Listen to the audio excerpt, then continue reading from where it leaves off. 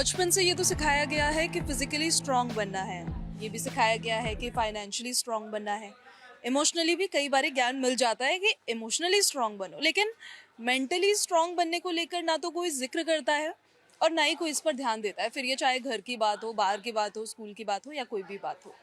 नमस्कार, पंजाब की history Navodaya times देख रहे हैं आप। मैं हूं आपके साथ पूजा खंडूरी और आज हम एक गवर्नमेंट स्कूल में मौजूद है जहां पर मेंटल हेल्थ क्लिनिक बनाया गया है।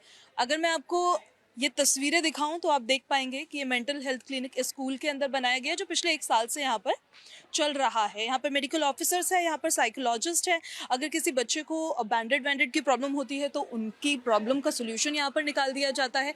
हम अंदर भी आपको लेकर चलेंगे और आपको ये दिखाएंगे कि किस तरीके से यहाँ पर काम किया जाता है, किस तरीके से अगर सरकार की तरफ से कोई निर्णय लिया गया है तो उसको आगे कैसे प्रोसीड किया जा रहा है कम, और इसका बच्चों पर किस तरीके से असर पड़ रहा है ये भी देख लेना बहुत ज़्यादा ज़रूरी होता है। यहाँ पर बच्चे अभी बैठे हुए हैं लाइन पे, अपनी टर्न का इंतज़ार कर रहे हैं। इसके बगल में मेडिकल रूम है, ये वो रूम है जहाँ पर आकर वो अपने मेंटल हेल्थ को डिस्कस कर सकते हैं। उनकी मेंटल सिचुएशन अभी क्या है उसे वो डिस्कस कर सकते हैं। और एक सेशन अभी यहाँ पे चल भी रहा है।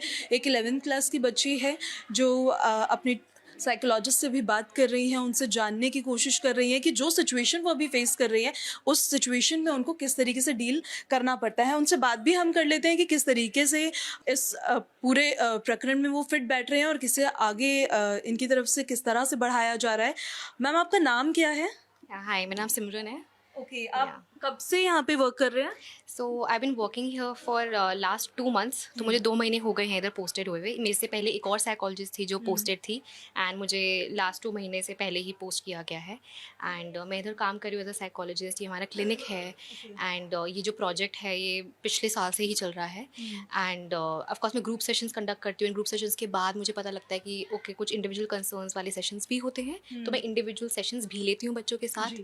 सो बच्चे खुद भी आते हैं, मैं कभी कभी खुद भी आइडेंटिफाई करती हूँ, कभी कभी टीचर्स खुद भी आइडेंटिफाई करके मुझे बच्चे भेजते हैं कि मैम ये कंसर्न्स आ रहे हैं तो आप इनको देखिएगा बच्चों को। फिर मैं बच्चों के साथ सेशंस डिटेल में लेती हूँ, 2-4 सेशंस होते हैं, and then we try to find कि बच्चे के लिए क्या चीज़ सबसे सही फिट बैठ सकती है।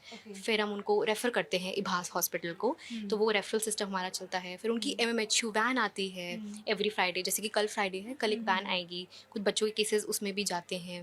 सो we try to make sure कि जो भी केस आ रहा है वो सेफ़ और कंसिडरेबल रहे, ताकि बच्चा भी सेफ फील करे, ताकि बच्चे को कहीं भी ये फील ना हो कि मेरे को बीच में छोड़ दिया गया है। बच्चे के लिए सॉल्यूशंस हम साथ में एज अ टीम निकालते हैं, जो टीचर्स, बच्चे के पेरेंट्स, साइकोलॉजिस्ट सब लोग साथ में रहकर वर्क। एक लास्ट क्वेश्चन मेरा आपसे ये है कि कौन कौन सी कॉमन प्रॉब्लम्स है जो आपको इस एज ग्रुप के बच्चों में ज़्यादातर देखने को मिल रही है? क्योंकि देखिए यहाँ पे काउंसलिंग हो रही है लेकिन हर स्कूल में नहीं होती है, लेकिन जब ये बात जाएगी तो ये हर जगह जाएगी।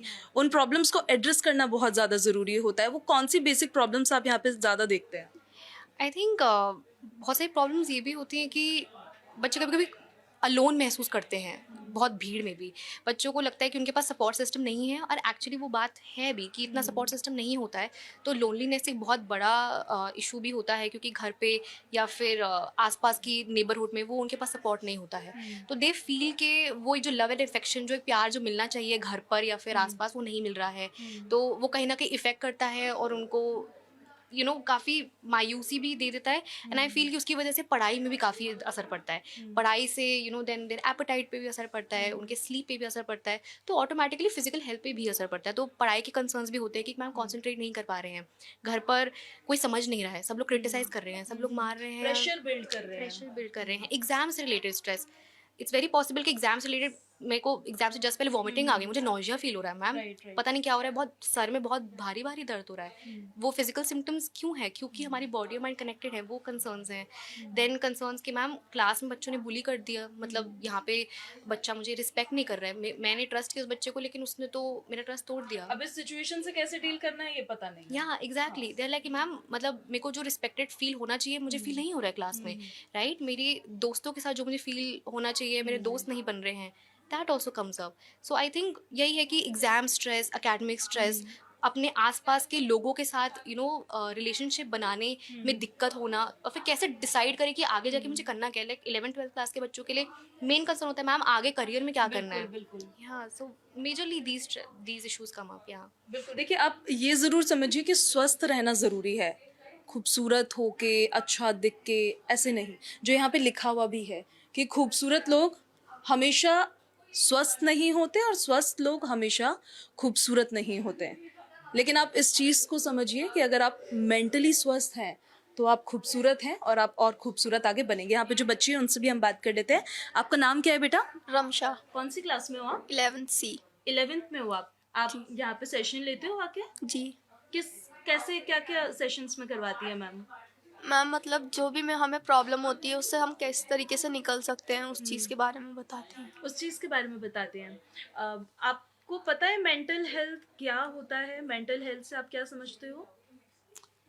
जब तक मतलब यहाँ पे नहीं था उस टाइम पे तो इतना पता भी नहीं रहता था कि हाँ। क्या चीज़ है, लेकिन जब से आया है तो मैम मतलब सेशंस वगैरह भी हमारे लेती हैं, उसमें भी हमें मतलब फिर पता चला कि किस चीज़ के लिए होता है, क्या हम लोग सोच रहे हैं, उस सब से मैम से बात करते हैं। इन सेशन से आपको क्या फ़ायदा हो रहा है? जिस चीज़ से मतलब हम किसी और के पास शेयर नहीं कर पा रहे थे कि क्या करें हम, तो मैम के पास अगर शेयर करते हैं तो हमें पता रहता है कि मतलब कैसा अच्छा फील होता है। मन हल्का-हल्का फ़ील जी। होता है। ये कब से स्टार्ट हुआ है क्लिनिक यहाँ पे? मैम ये तो जब से हम आए उससे पहले से ही है। अच्छा, पहले से ही हाँ, चल रहा पहले था। से ही है। आपको क्या फ़ायदा हो रहा है इससे? मैम हमारा मतलब हम अभी टेंशन में हो, स्ट्रेस में हो ना, तो मैम हमारी हेल्प करती है, हमसे हमें स्ट्रेस हटाती है और मेंटली फिजिकली हर चीज़ में मतलब हम ठीक ही है, मतलब मैम हमें अलग ही करती है, इसमें रहने नहीं देती है। जो स्ट्रेस होता है माइंड में वो कम होता है उससे? हाँ स्ट्रेस को समझते हो आप? स्ट्रेस क्या होता है? क्या होता है स्ट्रेस? मैम जैसे पेपर आने वाले हैं, तो स्ट्रेस नहीं हो जाता कि कैसे हम प्रिपेयर करेंगे, कैसे क्या करेंगे उस प्रकार। तो फिर आपको सेशंस में कैसा फील होता है? आपका एक्सपीरियंस कैसा रहा है? बहुत अच्छा फील होता है। अच्छा, कितने कितने सेशंस हो जाते हैं मतलब वीकली, एक हफ्ते में? मैम 3 3 4 तीन हो जाते सेशंस हो जाते हैं। अच्छा, इस चीज़ को आप लोग समझ पा रहे हो कि इमोशंस अलग अलग तरह के होते हैं।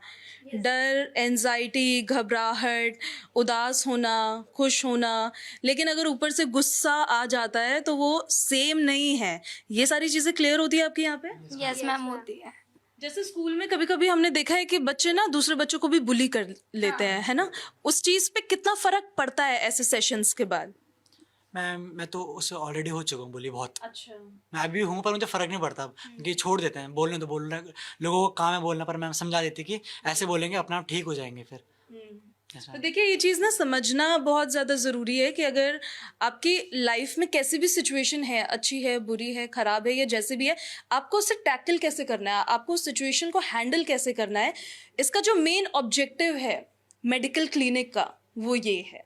और स्कूल मेंटल हेल्थ इनिशिएटिव पर बातचीत करने के लिए इसी स्कूल के प्रिंसिपल रणवीर सिंह सर हमारे साथ मौजूद हैं। पंजाब की हिस्ट्री में बहुत स्वागत है सर आपका। स्वागत, आपका बहुत बहुत स्वागत है। Thank you. ये जो स्कूल मेंटल हेल्थ इनिशिएटिव है, इस इनिशिएटिव को as a principal, as a teacher आप कैसे देखते हैं?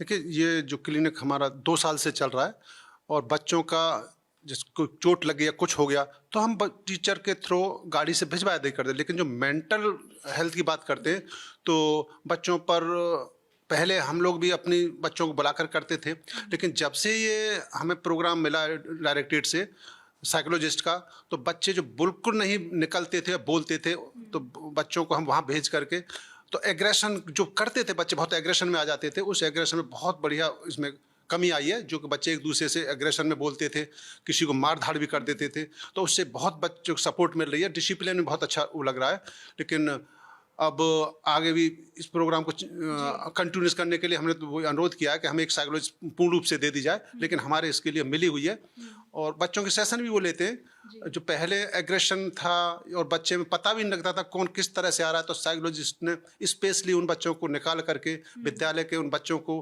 कई ऐसे केसेस हुए जो बच्चे उस मोड पर हम सही नहीं कर सकते, साइकोलॉजिस्ट ने किया, तो इससे इम्पैक्ट ये जा रहा है कि बच्चों पर और विद्यालय के लिए बहुत सपोर्ट मिल रहा है हमें। जिस स्कूल में हमारी मौजूदगी है उस स्कूल के नोडल ऑफिसर भी हमारे साथ मौजूद हैं, अनिल सिंह जी। सर, पहले तो मुझे आप ये बताइए, यहाँ पे जब से इस क्लिनिक की शुरुआत हुई है, आपका एक्सपीरियंस कैसा रहा है यहाँ पे काम करने का? ओवरऑल काफ़ी अच्छा एक्सपीरियंस रहा है, क्योंकि एजुकेशन में यही है कि बच्चे का ओवरऑल डेवलपमेंट हो, वही मेन फोकस होता है। तो ओवरऑल डेवलपमेंट में यहाँ फिजिकल या एजुकेशनल एक्टिविटीज़ हो रही हैं, और मेंटल डेवलपमेंट में भी यदि कोई बच्चे को प्रॉब्लम आती है तो उसके लिए काफ़ी हेल्पफुल हमें रहा। अभी किस किस तरह के मतलब केसेस आपने देखे हैं जो आप बताना चाहते हो लोगों को, क्योंकि मेंटल हेल्थ को लेके लोग ज़्यादा जिक्र करना नहीं चाहते हैं। केसेज स्ट्रेस वाला केस भी है, कुछ केसेज ऐसे हैं कि बच्चे अपने घर पे भी जो बात नहीं बता पाते या अपने पीयर ग्रुप में या टीचर्स से नहीं बता पाते, तो उसको शायद साइकोलॉजिस्ट चूंकि वो ट्रेंड हैं, उनके सामने शायद वो ज़्यादा बेटर तरीके से इसको हैंडल कर सकते हैं। आप कोई इक्के दुक्के केस के बारे में बताओगे जो आपने अपने सामने यहाँ पे देखा हो, और उसमें आपकी क्या भूमिका थी, मतलब आपका क्या रोल था?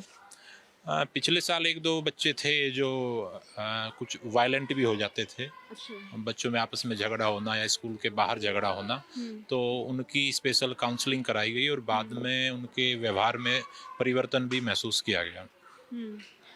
इस स्कूल में आपको रिस्पांस कैसा दिख रहा है इस इनिशिएटिव को लेकर? नहीं, व्यवहार में परिवर्तन हमें फील हो रहा है, क्योंकि क्लास वाइज 1 या 2 बच्चे ही ऐसे होते हैं और काउंसलिंग के बाद उनके व्यवहार में चेंज दिखाई दे रहा है।